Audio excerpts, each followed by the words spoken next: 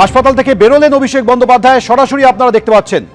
সোনারপুরে প্রবল জনরোষে অভিষেক বন্দ্যোপাধ্যায় কলকাতায় ফেরার পর অ্যাপোলো হাসপাতালে এসেছিলেন, সেখান থেকে বেরোলেন অভিষেক বন্দ্যোপাধ্যায়।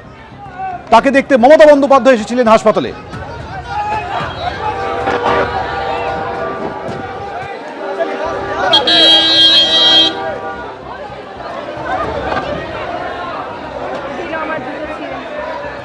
অ্যাপোলো হাসপাতাল থেকে অভিষেক বন্দ্যোপাধ্যায়কে নিয়ে রওনা দিলেন তৃণমূল নেত্রী মমতা বন্দ্যোপাধ্যায়।